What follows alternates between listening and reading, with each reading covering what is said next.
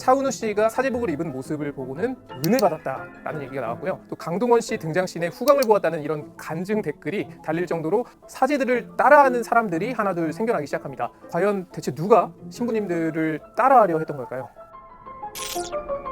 그것도 가톨릭이었어? 가가. 네, 여러분 어떤 스포츠 좋아하십니까? 요즘 그 슬램덩크의 인기를 타고 농구 다시 시작한 분들 있으실 것 같고요. 그리고 축구, 또 골프, 테니스도 인기몰이를 계속하고 있죠. 네, 보통 지도자들의 취미는 베일 속에 가려져 있기 마련이지만 우리 프란치스코 교황님은 조금 다른 것 같습니다.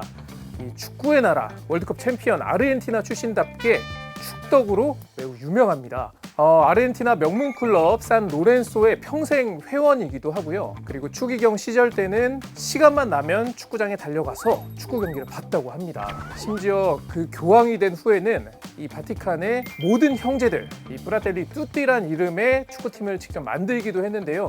그래서 바티칸 라디오에서는 사상 최초로 축구 경기가 중계되기도 했습니다.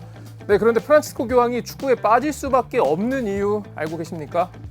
그것도 가톨릭에서 시작된 거였어. 가가. 네, 저는 축구보다 교황님에 빠져 있는 맹현균 기자입니다. 자, 축구도 가가. 그럼 시작합니다.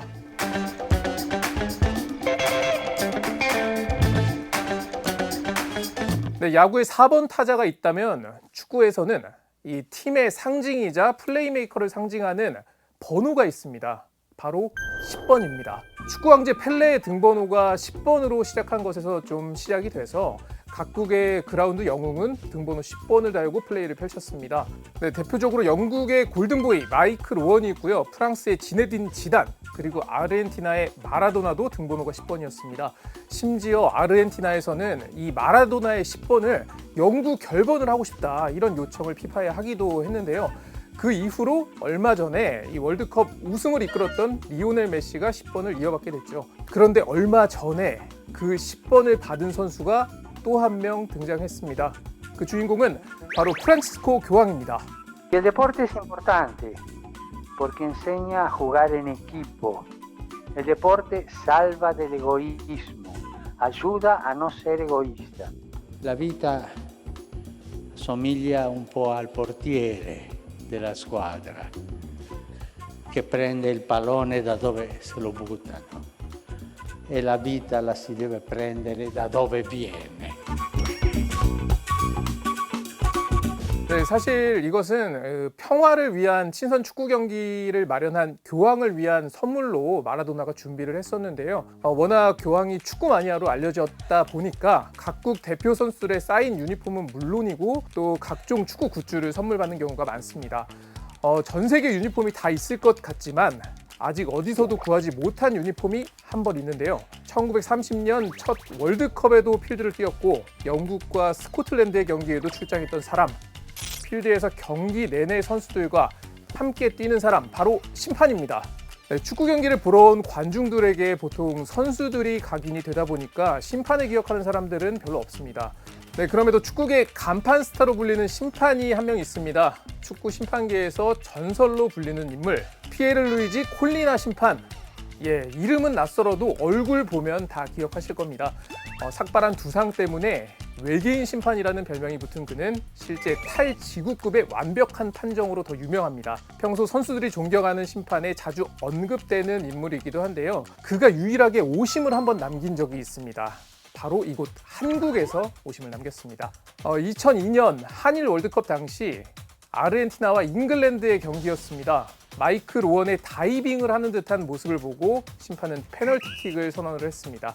다들 미심쩍은 상황이었지만 어느 누구도 이의를 제기하지 않았고 혹시나 하며 경기를 다음 날 다시 판독을 했을 때 오심인 게 밝혀졌습니다. 오원의 할리우드 배우 뺨치는 이 연기력도 일품이었지만 사실 그 어떤 선수도 항의를 하지 않은 건 이 콜리나 심판, 그라면 이 잘못된 판정을 하지 않았을 것이란 믿음이 있었던 거죠. 자, 그런데 여기서 수상한 점 없으십니까? 모두가 화려한 디자인으로 관중의 시선을 사로잡을 때 왜 심판들은 항상 검정색 옷을 입고 있는 걸까요?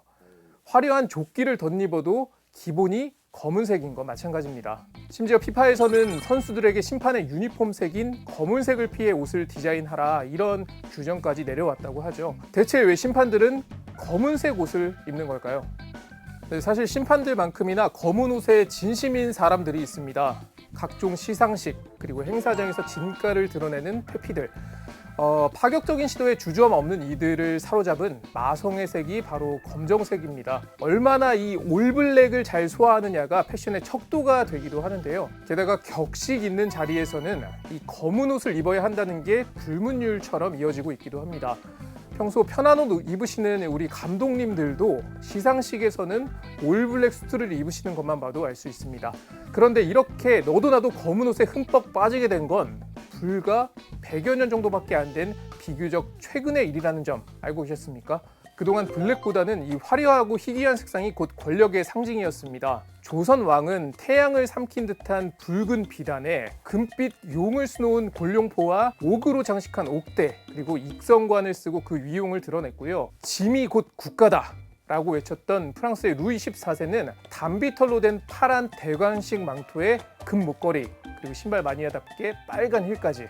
이 화려함과 귀한 색은 국왕의 권위를 드러내기에 최적의 선택이었습니다. 하지만 권력의 중심에 있어도 함부로 손을 대지 못한 색이 있습니다. 바로 또 다른 권력의 한 축이었던 가톨릭 사제들의 블랙이었습니다.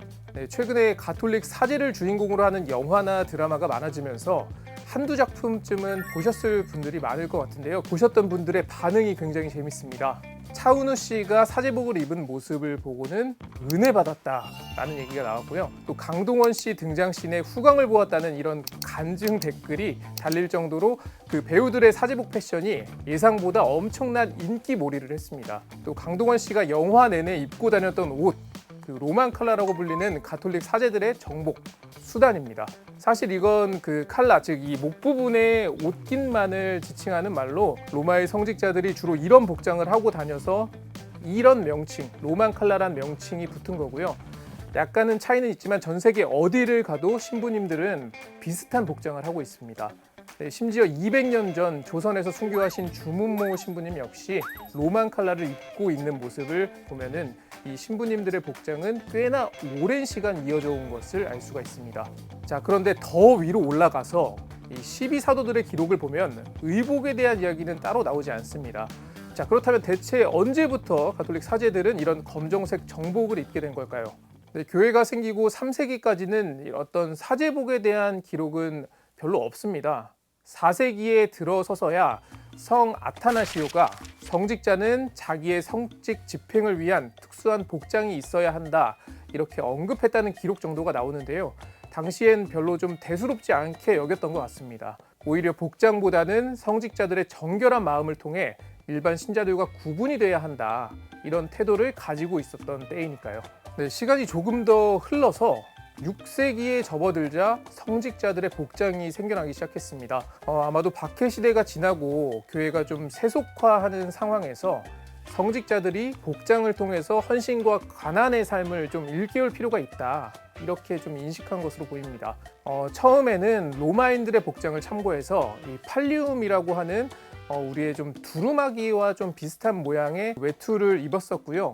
점차 길이가 길어져서 지금 모습처럼 발목까지 내려오는 긴 옷, 그 수단으로 발전을 하게 됐습니다. 당시에 법관이나 의사들도 이런 비슷한 옷을 입고 있었다고 합니다. 아마도 사죄권이 있고 병을 치료하는 사람들의 복장을 좀 차용해서 영혼의 죄를 사하고 또 영혼을 치유하는 역할이 바로 성직자임을 각인시키려고 했던 걸로 보입니다. 그리고 이를 강조하기 위해서 교회는 과감한 결정을 하나 하는데요.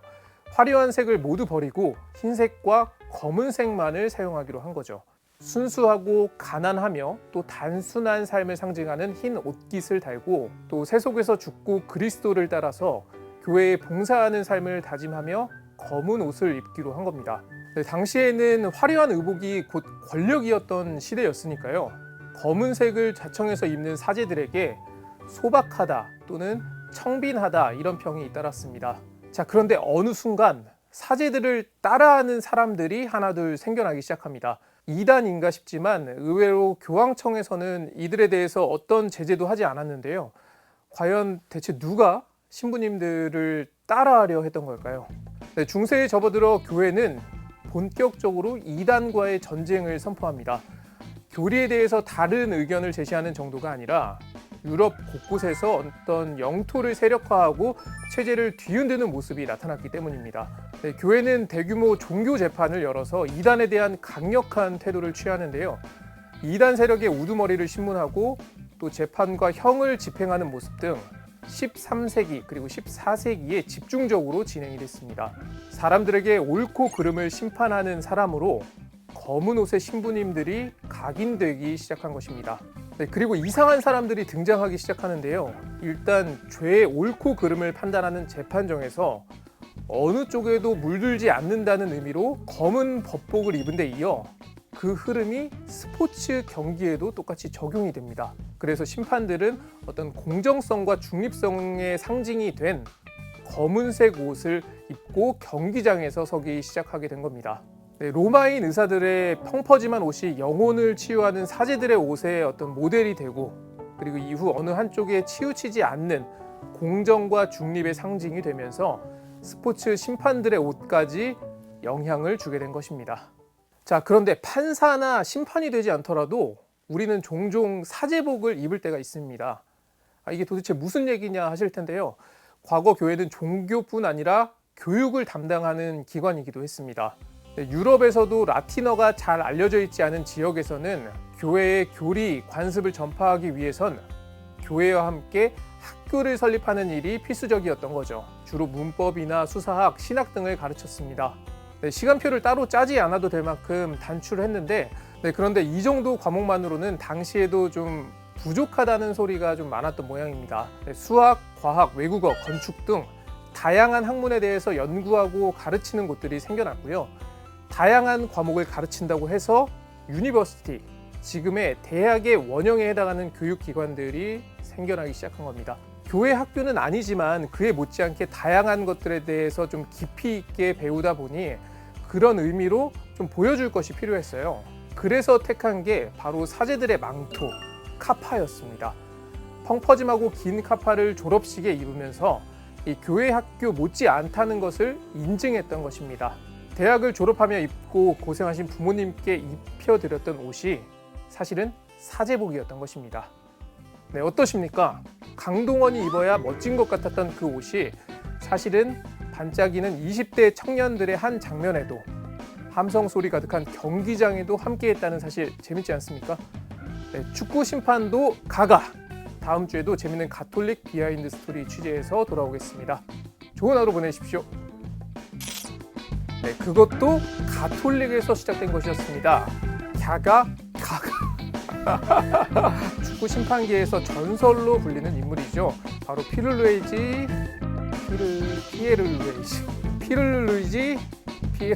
왜 이래? 피에르루이지